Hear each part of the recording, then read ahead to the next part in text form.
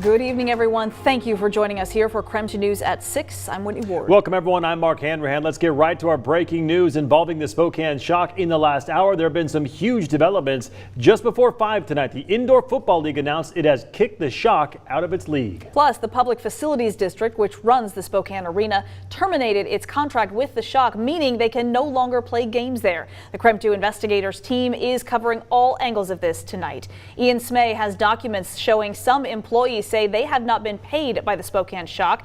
I've been following the Spokane Arena angle relentlessly for several weeks. But we begin with Sports Director Brenna Green to bring us the latest on the Spokane Shock being kicked out of the Indoor Football League about an hour ago. Brenna? Mark Whitney, at 5 o'clock, the Indoor Football League terminated its contract with the Spokane Shock, and the team is no longer a member of that league. This decision puts the Shock players in limbo, specifically as they signed contracts to play in the IFL, so most likely all of their contracts are now null and void. We've obtained an email from Sam Adams saying that he will apply to be a member of the National Arena League, which starts play on April 23rd. But like I said, players did not sign contracts to play in that league. We have reached out to the NAL for comment. However, no matter the league, the team currently does not have a place to play. The Public Facilities District terminated its agreement with the Spokane Shock today. That means that the Shock cannot play at Spokane Arena, and there are no other options for places that they can play in Spokane, as there are no other indoor facilities that are big enough to house a football field. The closest option is the Kibbie Dome in Moscow, which is obviously less than ideal. Here's what the IFL said in a statement tonight. Quote, "This is not an ideal situation, to say the least. You never want to see a member going through issues in such a public way. We felt it was necessary to move on from the Spokane market and adjust our schedule accordingly," said IFL Commissioner Todd Tryon. "We have so many positive things we are experiencing in our league, and as unfortunate as this situation is, we will get better as we move forward." Like I said, we have reached out to the NAL for comment. They responded and originally thought that Sam Adams was a player, so we had to clarify that, and we are once again awaiting comment from them. Back to you guys. All right, Brenna, thank you very much. So here's how we got to this moment today. 5 o'clock today was the deadline for the Shock owner, Sam Adams, to give the security bond to the Public Facilities District, which of course operates the arena where they play. That deadline came and went. The bond was not received, and the Shock's contract to play at the arena was terminated. So right now, we just want to walk you through how this Kremta investigation got started. The Indoor Football League season is set to start on March 12th, with the first Shock game slated for March 18th inside the Spokane Arena. But just 10 days ago, on February 14th, the Spokane Shock team owner, Sam Adams, still hadn't signed an official contract with the Public Facilities District to play home games at the arena for the 2022 season. I sat down with Stephanie Curran, CEO of the PFD, to better understand the situation. Is it unusual for a season to be this close to starting here next month and not have a signed contract in place?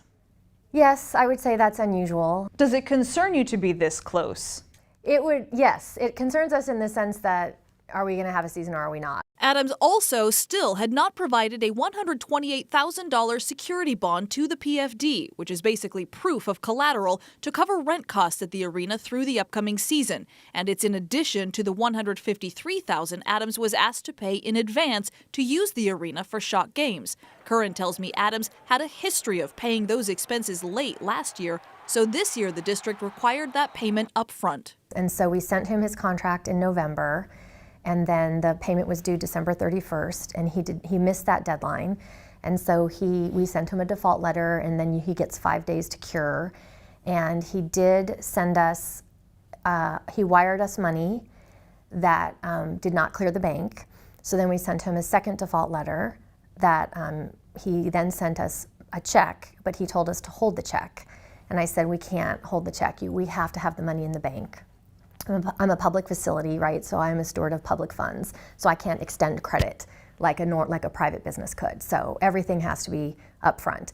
And so he missed that deadline. On January 26th, in a public Zoom meeting, Adams asked the PFD board for more time to make that $153,000 payment. He said COVID restrictions, vaccine requirements, and cancellation of the 2020 season presented him with overwhelming financial challenges. So the extra stress of us putting on a down payment has been very difficult for us, me, to be able to run the company. Yes, we were late.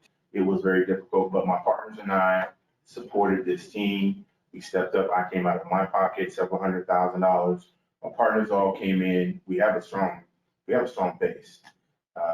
We want to be here in Spokane. We love this area. 24 hours after our story aired, Adams did sign his contract with the PFD, but still has not provided the security bond. So the district issued a default letter, giving Adams 5 business days to comply. When I spoke with the commissioner of the IFL, he told me it is unprecedented to be this late in the season and still not have a lease in place. He also told me, based on our investigation, the league has now opened its own investigation into the Spokane Shock and team owner Sam Adams. In a statement, the commissioner said Spokane, Washington is an outstanding city and market for indoor football, and the Shock have a special history. He says as we continue to sort through the details of this situation, our league's expectations are professionalism at all levels of an organization. He said we will have no more comments until our investigation is complete. But as yesterday's 5 p.m. deadline approached, the PFD suddenly decided to give Adams one more day, saying there had been some misunderstanding about the timeline. So that brings us to today. The PFD says the bond payment was not received by the deadline, and the Shock contract to play at the arena is terminated. Meanwhile, we've also obtained labor and industries filings from employees claiming they were not paid by the Spokane Shock for their work. KREM 2's Ian Smay is here now to walk us through that documentation, as well as another lawsuit brought forth by someone who used to work in the Shock's front office. Ian? We have court documents showing at least 2 different claims that employees filed with the state's Labor and Industries Department. Those were wage complaints from people claiming that they didn't get paid by Sam Adams and the Spokane Shock for work they had done. In addition to those, L&I told us via email that there have been at least 4 other complaints filed against the Shock. In 2 separate L&I cases in King County, Sam Adams, the owner of the Spokane Shock, has been ordered to pay workers thousands of dollars in unpaid wages. The documents don't say if the person who filed the claim is a current or former Shock employee. The reason why the cases were filed in Western Washington is because that's where Adams lives. In one of those cases, a judge issued a warrant in January calling on Adams to pay $3,301.94 in unpaid wages to an unnamed employee. Another case obtained by KREM 2 shows that a judge ordered Adams last August to pay another unnamed employee $6,040.24. Between those 2 filings, that equals a total of $9,342.18 in unpaid wages. According to a labor and industry spokesperson through email, those aren't the only claims of unpaid wages leveled against Adams and the Spokane Shock. The spokesperson said that in addition to the 2 already mentioned cases, at least 4 other complaints have been filed against the Shock, with 3 being sent to L&I headquarters for more work. Another case was filed this month and is being reviewed by an L&I agent. There's no estimate on when these cases will be resolved. But those aren't the only people claiming Adams still owes them money. Patrick Afif filed a lawsuit against Sam Adams and the Spokane Shock in King County Superior Court back in October. Afif said in the lawsuit documents that he was offered the assistant GM job on October 1st, 2019. Afif's complaint 2 years later states he wasn't paid commission for contracts that he landed for the Shock, money that he claims his contract guaranteed he would be paid. He is also asking that the amount of money he is owed to be doubled by the court, since Adams is still yet to pay it. A dollar amount is not listed in the lawsuit documents obtained by KREM 2. Afif also declined to talk to us on camera about the lawsuit, but did talk to a KREM 2 team member on the phone. During a separate phone call with another member of our investigative team, Adams acknowledged that Afif is owed money, but said that he would get paid when Adams himself gets paid. As of now, a trial date is set for October 3rd. Adams has talked with our team multiple times on the phone during the course of our investigation. We've reached out to him again both yesterday and today as the final hours tick down on the deadline to submit the line of credit to the Public Facilities District. So far, we have not heard from him. Ian Smay, KREM 2 News. All right, Ian, thank you very much. There are a lot of moving parts in this investigation. So to see our entire KREM 2 investigation into the Shock organization, including past season ticket holders who say they are still owed money for the 2020 season that was canceled due to COVID, just text the word SHOCK to 509-448-2000 and we'll send that link directly to your phone. All right, switching gears, talking about the forecast now. We saw some overnight snow, but that thankfully gave way to a sunny day. Yes, we're thankful for that. Let's hand things over now to Chief Meteorologist Tom Sherry. Hopefully you're not going to say there's more snow in the forecast. Well, there is a lot more wet weather in the forecast, and at times it may fall in the form of snow. That could be on Sunday or Monday, but it's not going to stick around because next week temperatures soar well into the 40s. Right now, still cold, 21 degrees, but heck, not as cold as it was earlier this week when we were in the teens and single digits and had those bitter cold wind chills. We still have a little bit of snow falling down around the Oregon and Washington border, but most of that is dissipating right now. And as you can see, clear skies out there, and we're going to look for overnight lows to get cold. We'll drop down to 13 tonight. Saturday morning's low 15, but look at the high on Saturday, up to 41. And then a chance of rain and snow showers at times on Sunday and a daytime high of 39. Stick around for my 10-day forecast because I've got a lot more 40s to show you. We'll do that in just about 10 minutes.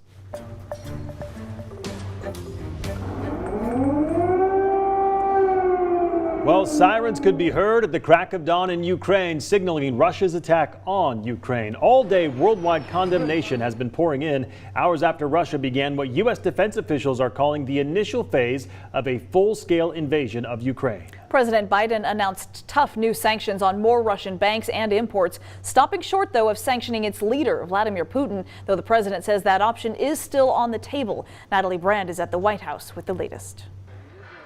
Ukrainian officials say Russian forces have taken control of the Chernobyl power plant hours after launching its invasion. The Pentagon says Russia has already fired roughly 100 missiles targeting Ukraine's military infrastructure and highly populated residential areas. Putin chose this war, and now he and his country will bear the consequences. After meetings with his national security team and then G7 world leaders, President Biden unveiled what he describes as unprecedented sanctions against Russia. We estimate that we'll cut off more than half of Russia's high-tech imports. It'll strike a blow to their ability to continue to modernize their military.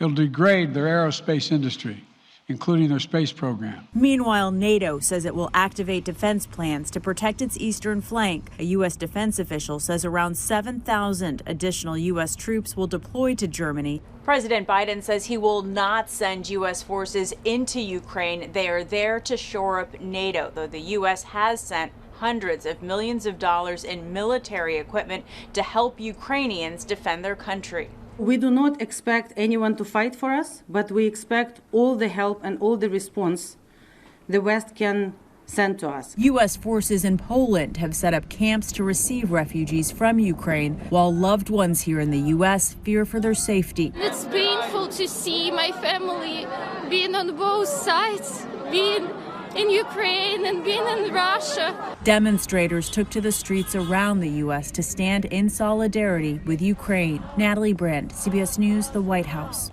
Well, this is a crisis, of course, that goes far beyond the Ukrainian borders. Here in the inland Northwest, many with ties back in Ukraine are watching closely and waiting for news from loved ones. KREM 2's Cody Proctor spoke with one woman who came to the U.S. as a teenager from Ukraine. She joins us live tonight with what she had to say about the invasion. Cody? Well, Mark and Whitney, Ina Mayorv is the owner of the Yummy Snobby European Food and Deli on Sprague. Now, has owned the store for a couple of years. It's a store that specializes in food from Europe, particularly from countries such as Germany, Ukraine, and Russia. Ina Mayorv came to Spokane in 1998 when she was about 16 years old. She says her family left Ukraine as refugees because of their religious beliefs. It was difficult. It was very hard. Since then, she's made a life in Spokane, but she still has loved ones back in Ukraine. Since the attacks from Russia began, she's been hearing from them and says right now they're okay, but admits it's been hard for her to see what's happening in her home country unfold, even thousands of miles away. It's hard. It just you want to be with them, you want to hug them, you want to tell them, no, it's going to be all right, it's going to stop soon. It's not going to last for long. Kevin O'Connor is a professor of history at Gonzaga University with expertise in Russia. He's looking at the situation in Ukraine as an important moment in history. It's heartbreaking, as a real tragedy for the Ukrainian people and also for the Russian people. And today what I'm seeing is Russian people going out into the streets and protesting in Moscow and in the other larger cities. Mayorv says a large portion of her customers are Slavic, with many of them from both Ukraine and Russia. She says even with what's happening in Ukraine, she wants Spokane's Slavic community to stay united. Let's not cause any more division and suffering among our nations.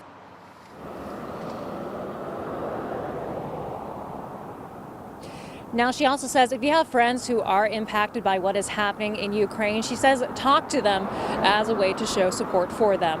In Spokane, Cody Proctor, KREM 2 News. All right, Cody, thank you very much. Clearly, this is a very complicated issue, and we know things are going to continue to change. So for the latest information as it stands now on this crisis in Ukraine, just text the word crisis to 509-448-2000. All right, still ahead tonight, it was day 2 of the trial of the man accused of killing his ex-wife and a homeless man. That continued today. After the break, we'll hear emotional reactions from the courtroom. Plus, we catch up with a songwriter who's written more than 23,000 songs about cities and towns from all 50 states.